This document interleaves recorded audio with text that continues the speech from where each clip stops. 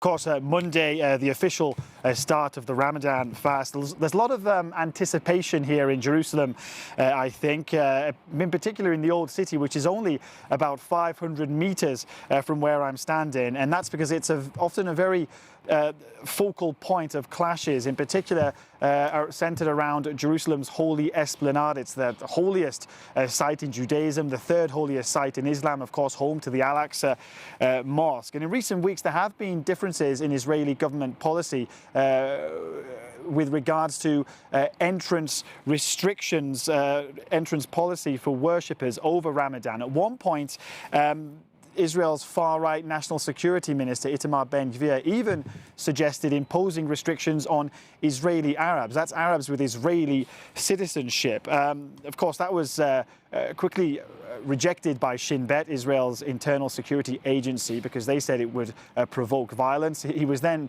eventually overruled by the Israeli Prime Minister, Benjamin Netanyahu. Of course, people often forget that there have been restrictions imposed on worshippers since October 7th. But what's interesting is how the narrative and how the discussion has changed, has gradually shifted. Whereas in past years, discussions often centered around whether or not restrictions should be imposed on Palestinians coming from the West Bank. Now, there's even open discussions about imposing restrictions on Israeli Arabs and residents from East Jerusalem. Of course, that's led to huge criticism from Palestinians here and from Muslims right across the world. Andrew,